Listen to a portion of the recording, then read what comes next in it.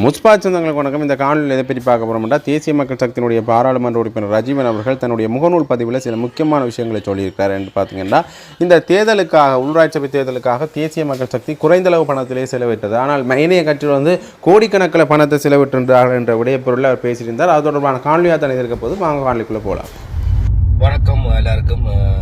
நடந்து முடிஞ்ச உள்ளூராட்சி சபை தேர்தல் தொடர்பான பல்வேறு விடயங்கள் அம்பலமாய் வருகின்றது.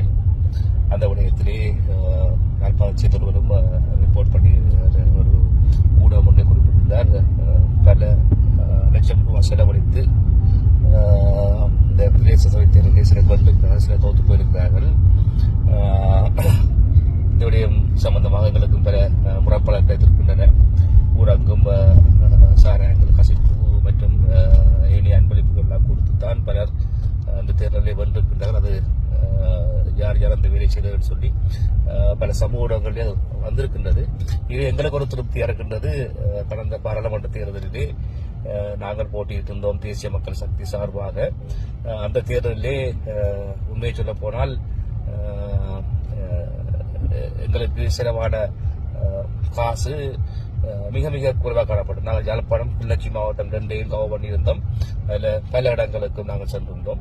எங்களுக்கு ஏற்பட்ட செலவுகள் வாகன செலவு, எரிபொருள் செலவு மற்றும் எங்களோட சேர்ந்தவர்களுக்கு சாப்பாடு மட்டும்தான் நான் செலவழித்திருந்தோம். மிக மிக மிக குறைவான ஒரு நினைக்கிறேன் ஒரு 8 லட்சம் ரூபாய் செலவு தான் எங்களுக்கு அது ஏற்பட்டிருந்தது.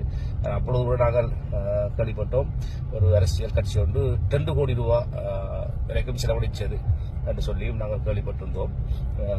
ஆனால் அந்த விஷயத்தில் நாங்கள் இப்படி எல்லாம் செய்திருந்தோம்னு சொன்னால் அவர் எம்பியாக கூட வந்திருக்க முடியாது என்று தான் எனக்கு இப்போ தோன்றுன்றது. மிக மிக நேர்மையான முறையிலே தான் நான் மக்களை அணுகி எந்த விதமான ஊழலோ யாருக்குமோ எதுவுமே வாங்கி கொடுக்காமல் நாங்கள் அந்த தேர்தலை வென்றிருந்தோம். இப்பொழுது பார்க்கின்ற திருப்தியாக இருக்கின்றது. இவ்வாறெல்லாம் இவ்வளவு காசு செலவழித்து இதிலே வர வேண்டிய அவசியம் ஒன்றும் கிடையாது. சொன்னால் இனிவரும் காலத்திலே அரசியல் ஊடாக யாரும் சம்பாதிக்க முடியாது.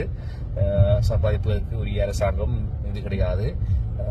எனவே மகிழ்ச்சியா இருக்கின்றது. எந்த விதமான ஊழலும் செய்யாமல், எந்த விதமான அன்பளிப்புகளும் வழங்காமல் எல்லாரும் அதற்காக ஒன்றிணைந்து வெல்ல வைத்தார்கள். அதுக்காக நான் இப்பொழுதும் நன்றிகளாக இருப்பேன். அவர்களுக்கு உரிய முறையிலே நல்ல சேவையிலே நாங்கள் எதிர்பார்க்கின்ற சேவையை செய்தே முடிப்போம். இது இந்த குட்டி தேர்தலிலே இவ்வளவு அலங்கோலங்கள், அசிங்கங்கள் நடந்திருக்கின்றன.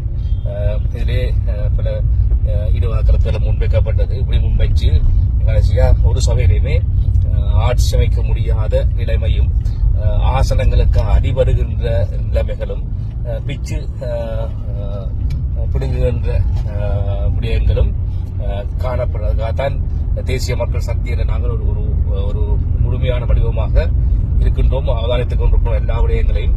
மக்களை சற்று குழப்பி விட்டார்கள், அதிலே மக்களும் சிறிது குழப்பி விட்டார்கள்.